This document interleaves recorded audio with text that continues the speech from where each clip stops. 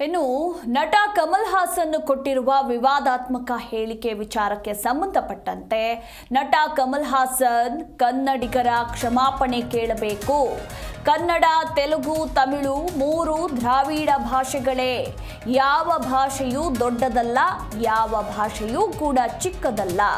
ನಟ ಕಮಲ್ ಹಾಸನ್ ಯಾಕೆ ಹೀಗೆ ಹೇಳಿದ್ರು ಗೊತ್ತಿಲ್ಲ ಅಂತ ಹಂಪ ನಾಗರಾಜಯ್ಯ ಹೇಳಿಕೆಯನ್ನ ಕೊಟ್ಟಿದ್ದಾರೆ. ಜಿ ಕನ್ನಡ ನ್ಯೂಸ್ ಜೊತೆ ಹಿರಿಯ ಸಾಹಿತಿ ಡಾಕ್ಟರ್ ಹಂಪ ನಾಗರಾಜಯ್ಯ ಸ್ಪಷ್ಟನೆಯನ್ನ ಕೊಟ್ಟಿದ್ದಾರೆ. ಕನ್ನಡ, ತೆಲುಗು, ತಮಿಳು 3 ಕೂಡ ದ್ರಾವಿಡ ಭಾಷೆಗಳೇ. ಯಾವ ಭಾಷೆಯೂ ಕೂಡ ದೊಡ್ಡದಲ್ಲ, ಯಾವ ಭಾಷೆಯೂ ಕೂಡ ಚಿಕ್ಕದಲ್ಲ.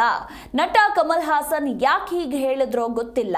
ಅವರು ಕನ್ನಡಿಗರ ಕ್ಷಮಾಪಣೆಯನ್ನ ಕೇಳಬೇಕು ಅಂತ ಹಿರಿಯ ಸಾಹಿತಿ ಡಾಕ್ಟರ್ ಹಂಪ ನಾಗರಾಜಯ್ಯ ಹೇಳಿಕೆಯನ್ನ ಕೊಟ್ಟಿದ್ದಾರೆ.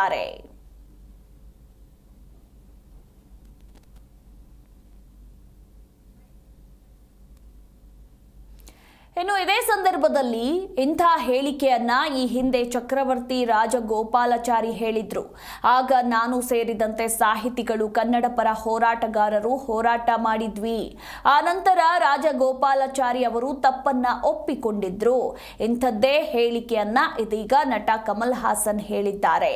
ಕನ್ನಡ ಭಾಷೆ ಪ್ರಾಚೀನತೆಯನ್ನ ಮರೆಮಾಚುವ ಕೆಲಸ ತಮಿಳುಗರು ಆಗಾಗ ಮಾಡುತ್ತಲೇ ಇದ್ದಾರೆ.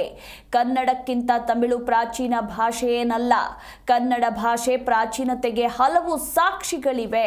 ಆದ್ರೂ ತಮಿಳು ಭಾಷೆ ಮೊದಲು, ಅದರಿಂದಲೇ ಇತರೆ ಭಾಷೆ ಅನ್ನೋದು ಸರಿಯಲ್ಲ ಅಂತ ಇದೇ ಸಂದರ್ಭದಲ್ಲಿ ಹಿರಿಯ ಸಾಹಿತಿ ಡಾಕ್ಟರ್ ಹಂಪ ನಾಗರಾಜಯ್ಯ ಹೇಳಿಕೆಯನ್ನ ಕೊಟ್ಟಿದ್ದು, ನಟ ಕಮಲ್ ಹಾಸನ್ ಕನ್ನಡಿಗರ ಕ್ಷಮಾಪಣೆಯನ್ನ ಕೇಳಬೇಕು ಎಂದಿದ್ದಾರೆ.